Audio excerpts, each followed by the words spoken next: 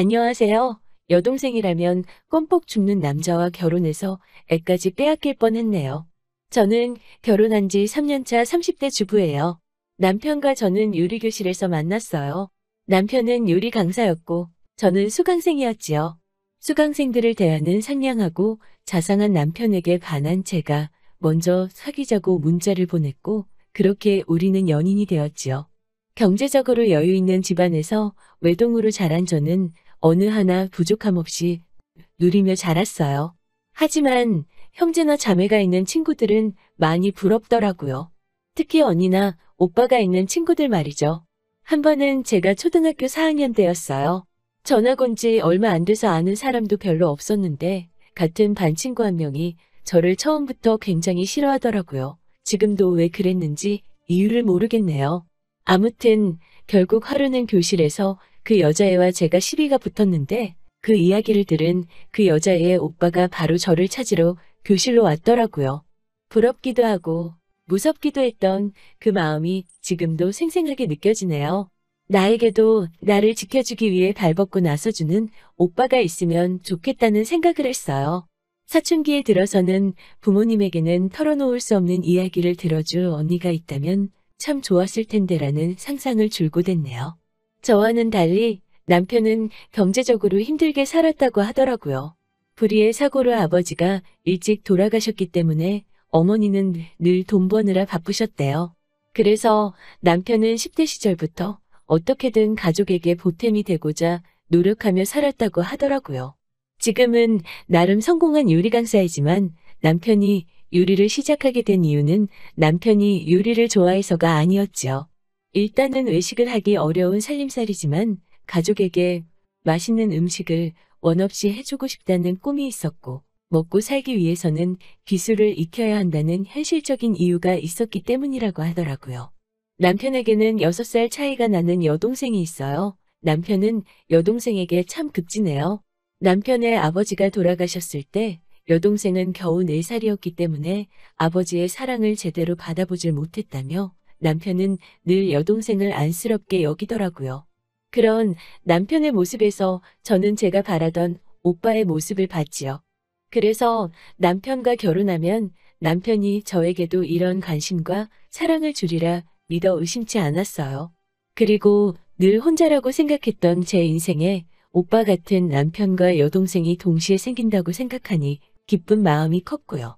사람들은 아가씨와 올케는 영원히 가까워질 수 없는 사이라고 말했지만 저는 우리는 다를 거라는 막연하지만 확신이 있었지요. 지금 생각해보면 제가 얼마나 오만했었는지. 일단 아가씨는 저희를 정말 잘 따르기는 해요. 남편한테는 아빠, 저한테는 엄마라고 부를 정도로요. 자기는 일명 아가씨 집 같은 거 너무 싫다면서 제가 집안일을 하고 있으면 조금씩 거들어주려고 노력하더라고요. 어디 놀러 갈 때 용돈이 부족하면 애교도 부리고요. 이런 아가씨의 모습에 처음엔 정말이지 조금 큰딸이 생긴 것 같은 기분도 들더라고요. 정말 좋았어요. 그런데 막상 살면서 겪어본 남편과 아가씨의 관계는 제가 생각한 것보다 훨씬 더 가깝고 친밀하더라고요. 하루는 아가씨가 어머님의 반찬을 전해주러 잠깐 집에 왔을 때였어요. 당시 저는 약속이 있어서 잠시 집을 비웠었지요. 아가씨가 온다는 소리에 헐레벌떡 집으로 돌아왔는데 신발장에 아가씨 신발하고 남편 신발은 있는데 둘이 보이지를 않더라고요. 어디 있나 생각하는 찰나 화장실에서 아가씨와 남편의 웃음소리가 나더라고요. 느낌이 쎄해서 화장실 문을 열자 남편은 욕조 안에 앉아서 목욕을 하고 있고 아가씨가 남편의 등을 밀어주고 있더라고요. 제가 화장실 문을 열었는데도 아가씨와 남편은 전혀 당황하는 기색이 없더라고요. 순간 화가 난 제가 화장실에서 나오자 남편이 오히려 저에게 애 무한하게 뭐 하는 거야? 라며 저에게 싫은 소리를 하더라고요. 결국 남편의 성화의 아가씨에게 미안하다고 하고 흐지부지 상황을 넘겼어요. 하루는 집에서 빨래를 정리하고 있는데 아가씨가 근처에 지나가다 언니 생각이 났다면서 왔더라고요. 그런데 빨래줄에 걸려있는 남편 속옷을 보더니 언니가 이거 산 거예요? 오빠는 예민해서 면으로 된 팬티만 입는 데라며 핀잔을 주더라고요. 결국 그날 밤 제가 이건 너무 도를 지나치는 것 같다고 남편한테 솔직하게 털어놓자 남편이 제가 그렇게 심각하게 받아들일 줄 몰랐다면서 앞으로는 조심하겠다고 하더라고요. 그 이후로는 한동안 특별한 일 없이 잘 지냈어요. 아가씨랑 저희 부부 사이가 멀어지고 한 것도 아니었고 그저 남편과 아가씨 사이의 유난스러운 일들이 제 눈에 띄지 않았던 거지요. 그런 날들 중 어느 날 아가씨가 소개할 사람이 있다며 저희 집에 데리고 왔어요. 어머님께 인사드리기 전에 저희에게 먼저 보여주고 싶었다면서 말이지요. 작은 카페를 운영 중이라는 아가씨의 남자친구는 누가 봐도 훤칠하고 잘생긴 외모를 가졌더라고요. 아가씨 말이 아가씨가 먼저 반해서 오랫동안 쫓아다녔다고 하는데 그 말이 이해가 가더라고요. 이야기를 나눠보니 생각보다 고지식하다는 느낌은 있었지만 아가씨가 좋다면 된 거지라는 생각에 별말은 안 했어요. 그리고 얼마 뒤 많은 사람들의 축하와 축복 속에서 아가씨는 결혼식을 올렸어요. 정말이지 모든 것이 평화롭고 순탄하게 흘러가는 것만 같았어요. 얼마 전 그 일이 생기기 전까지는 말이지요. 아가씨가 시집가고 얼마 지나지 않았을 때였어요. 남편이 아가씨와 모처럼 둘이서 데이트를 한다고 농담을 던지며 집을 나서더라고요. 제가 남편과 연애할 때부터 아가씨는 걱정이나 고민거리는 오빠인 제 남편과 단둘이 이야기를 하는 편이었기 때문에 저도 그러라 했지요. 그런데 그날 밤 현관을 들어오는 남편의 표정이 영 어둡더라고요. 제가 걱정스러워서 무슨 일이냐고 몇 번을 물었지만 남편은 말하기를 꺼려 하더라고요. 저도 더 이상 캐묻지 않았고요. 그 후로 며칠 뒤 남편이 저에게 아기를 갖자고 하더라고요. 조금 놀랐지요. 그도 그럴 것이 남편은 사실 아기를 좋아하지 않거든요. 그래서 결혼한 지 얼마 되지 않았을 때 제가 아기를 갖자고 할 때는 아직 우리가 아이를 가질 상황이 안 되니 시간이 지난 뒤에 자리 좀 잡으면 갖자라는 말로 완곡하게 거절당하곤 했거든요. 얼떨떨한 상황에서 이튿날이 되자 이제 어머님까지 나서서 갑자기 아기는 언제 가질 예정이냐고 물어보시더라고요. 막연하게 딸까지 시집 가니까 적적하신가 보다 라는 생각이 들더라고요. 그리곤 그날 점심 무렵 어머님이 집에 오셨어요. 반찬 좀 주러 왔다는 어머님 손에는 웬 한약이 들려있더라고요. 남편 주려고 가져오셨나 생각했는데 어머님은 저 주려고 지어오셨다면서 몸이 따뜻해지고 순환이 잘 되는 약이니 오늘부터 잊지 말고 하루에 2포씩 꼭 마시라고 신신당부를 하시더라고요. 그리고 2달이 지났을 무렵 아무리 기다려도 생리가 시작되질 않아서 걱정스러운 마음이 들더라고요. 처음에는 회사 생활 때문에 내가 스트레스를 많이 받아서 그런가라는 생각도 들었지만 한편으로는 혹시나 하는 마음이 들어서 남편에게는 알리지 않고 임신 테스트를 해봤지요. 그런데 세상에 2줄이 나오더라고요. 곧바로 남편에게 전화해 이 소식을 알렸어요. 꽃다발과 케이크를 사들고 퇴근한 남편은 제 손을 꼭 잡고 정말 고맙고 미안하다고 하더라고요. 뭐가 미안한지는 알 수 없었지만 말이죠. 제 임신 소식을 알게 되신 어머님은 저를 몹시도 칭찬하시면서 극진하게 저를 대우해 주셨어요. 몸에 좋다는 음식은 어떻게든 구해다 먹게 하시고 손발이 따뜻해야 한다면서 어머님이 직접 조격도 준비해 주시고 반찬이며 뭐며 다 제 입맛에 맞게 준비해 주셨어요. 게다가 이런 걸 격경사라고 하나요? 제가 임신한 무렵 아가씨도 임신 소식을 전해왔어요. 어느덧 시간이 흘러 10달을 조금 덜 채운 어느 날 극심한 산통을 느낀 저는 바로 병원으로 실려갔어요. 그리고 그날 저는 공주님을 출산했지요. 그런데 저희 친정엄마가 나중에 말씀해 주시기를 간호사가 제가 딸을 낳았다고 말하자마자 시댁 부모님은 큰 한숨을 내쉬더랍니다. 게다가 불행하게도 아가씨는 출산 중 아기가 세상을 떠났다고 하더라고요. 뭐라 위로할 길이 없었지요. 예쁜 딸아이를 품에 안았지만 아가씨의 소식에 저는 마음껏 기뻐할 수가 없더라고요. 산후조리가 끝나고 집으로 돌아온 지 며칠 지났을 무렵 아가씨가 잠깐 집에 왔어요. 제가 딸아이 기저귀를 갈고 있는데 아가씨가 물끄러미 제 딸을 쳐다보다가 손가락을 가져다 대며 기왕 나오는 거 그거 하나만 달고 나오지? 라고 말하는 거예요. 그 광경을 본 순간 어이가 없고 확 그 손가락을 비틀어버리고 싶더라고요. 하지만 아기를 잃은 여자가 제정신이겠냐 싶은 마음도 들어서 그냥 실언이려니 하고 말았어요. 그런데 출산 후 한 달도 채 지나지 않았을 무렵 어머님께서 제 눈치를 살피시는 듯 하더니 둘째는 언제 가질 거냐고 물어보시는 거예요. 저는 조심스럽게 한 2년 정도 후가 어떨까 생각하고 있다고 했지요. 그러자 순간 어머님 얼굴에 실망한 기색이 역력하더라고요. 하지만 제 계획과 달리 출산 후 8개월이 지났을 무렵 저는 둘째를 가졌어요. 수유 중에는 자연 피임이 될 거라고 생각하고 피임을 따로 하지 않은 게 실수였지요. 저는 걱정이 이만저만이 아니었지만 남편과 어머님은 몹시도 기뻐하시더라고요. 게다가 신기하게도 아가씨도 저와 비슷한 시기에 또다시 임신을 한 거예요.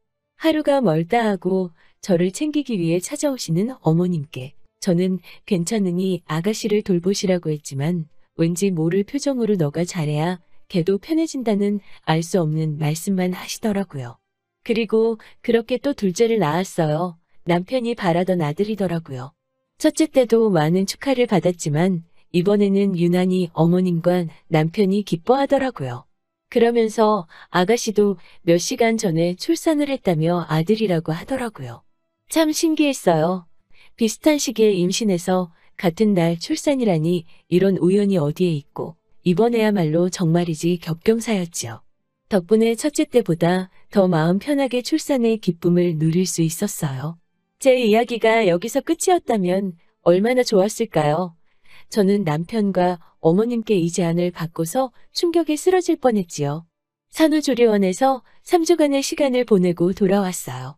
아이를 낳는 동안 딸아이는 친정에서 돌봐주고 계셨지요. 저녁 식사를 마치고 거실에 모여 앉았는데 갑자기 남편과 어머님은 저에게 할 말이 있다며 꼭 들어줬으면 좋겠다고 이야기를 시작하더라고요.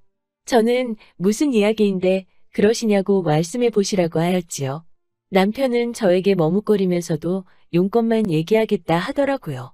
상상조차 할 수 없었던 충격적인 남편의 부탁은 바로 제 아들을 아가씨에게 주자는 거예요.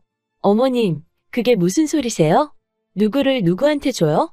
아니, 애가 물건도 아니고 뭘 주고 말고를 해요? 그리고 아가씨도 아들 낳았다고 하셨잖아요. 라고 하자 너가 낳았으니까 너가 주면 걔 아들 아니겠니? 마음으로 낳은 자식도 자식이라잖니. 라며 말도 안 되는 말씀을 하시더라고요. 제가 도대체 무슨 이야기인지 못 알아듣겠다 하자 남편이 신우가 이제껏 제가 임신할 때마다 임신한 척하며 시간을 번 거라며 신우는 애를 못 낳는다고. 그런데 신우의 시댁은 손이 귀한 집안이라 대를 이을 아들을 원한다는 거예요. 그렇다고 내 애를 어떻게 줘? 말도 안 되는 소리 하지 마. 라고 하자 남한테 주는 것도 아니고 가족한테 주는 건데 가족끼리 어려울 때 돕고 살아야 하지 않겠냐고 하는 거예요. 저는 무슨 소린지 모르겠다며 절대로 못 준다고 다시는 그런 말 하지 말라고 소리를 질렀어요. 그러자 남편이 그럼 내 동생 그 집에서 쫓겨난다고 어린아이처럼 엉엉 울면서 바닥을 구르는데 그 꼴을 봐줄 수가 없더라고요. 내가 결혼한 사람이 이런 사람이었나? 그렇게 내가 부러워하던 우애라는 게 결국 이런 거였나? 라는 별별 생각이 다 들더라고요. 저는 아니 그러면 차라리 돈 주고 대리모를 쓰지 굳이 왜 내 애를 탐내냐고 물었지요. 그러자 남편 말이 여동생이 피 한 방울 안 섞인 남은 싫고 그래도 오빠의 자식이면 자기랑도 피가 섞였으니까 받아들이기 쉬울 것 같다고 하더라는 거예요. 남편은 그 와중에 뚫린 입이라고 저에 대한 사랑은 진심이라며 한 번만 자기 동생을 도와달라고 말하더군요. 그 말을 정말로 믿고 싶었어요. 하지만 저에 대한 남편의 사랑이 진심일지라도 동생에 대한 사랑보다는 못하다는 걸 뼈저리게 느낀 저로서는 더 이상 그런 개소리를 듣고 있을 이유가 없었지요. 첫째는 제가 산후조리하는 동안 친정에서 봐주고 있었기 때문에 저는 도망치듯 둘째 아들만 안고서는 혹시 쫓아올까봐 떨리는 마음을 애써 감추고 뒤도 안 돌아보고 친정으로 왔지요. 3일째 되던 날 어머님께서 연락을 해오셨지요. 이렇다 저렇다 말씀을 오래 하셨지만 결론은 아기를 달라는 사정이었어요. 저는 도저히 안 되겠구나 싶어서 이혼 서류를 작성해 남편에게 보냈지요. 아버지로서의 책임을 유기한 죄를 묻겠다고 했어요. 변호사 말로는 위자료랑 양육비랑 양육권 다 받을 수 있을 거라고 하더라고요. 소송은 시작했지만 그럼에도 불구하고 계속해서 왠지 억울한 생각이 들더라고요. 하지만 제가 할 수 있는 게 많이 없었어요. 결국 애들의 아빠이고 가진 것도 없는 집인 건 누구보다 제가 잘 아니깐요. 그런데 정말 인생은 알 수가 없어요. 인과응보라는 말처럼 사람은 착하게 살아야 해요. 얼마 전 우연히 아가씨의 소식을 듣게 되었어요. 그렇게 지키려고 하던 아가씨의 결혼 생활은 결국 파토가 나고 말았지요. 아가씨가 임신한 척 한 걸 들킬까봐 그동안 아주버님이랑 잠자리하는 걸 피했나 봐요. 넘치는 힘과 욕구를 주체하지 못한 아주버님이 결국 홧김에 몇 번 다른 여자를 안았는데 그 여자가 떡하니 아들을 낳았다고 하더라고요. 손이 귀한 집이라 비록 여자는 마음에 안 들어도 손주를 버리지를 못한 거지요. 그런데 아주버님의 상간녀가 자기는 처분 안 한다면서 배째라는 식으로 버텼나 봐요. 결국 아가씨 시댁에서 이혼하라고 하도 몰아붙여서 결국 맨몸으로 쫓겨나듯 강제 이혼을 당할 판인가 봐요. 찔거지 악이라나 뭐라나요. 뭐 이제 저랑은 상관없는 이야기지요. 저는 이제 자식들 데리고 새 인생을 시작해 보려고 해요. 비록 오빠도 언니도 없지만 저에게는 사랑하는 친정 부모님과 누구보다도 소중한 아이들이 있으니까 더는 외롭지 않아요. 들어주셔서 정말 감사드려요. 좋은 하루 되시고요. 감사합니다.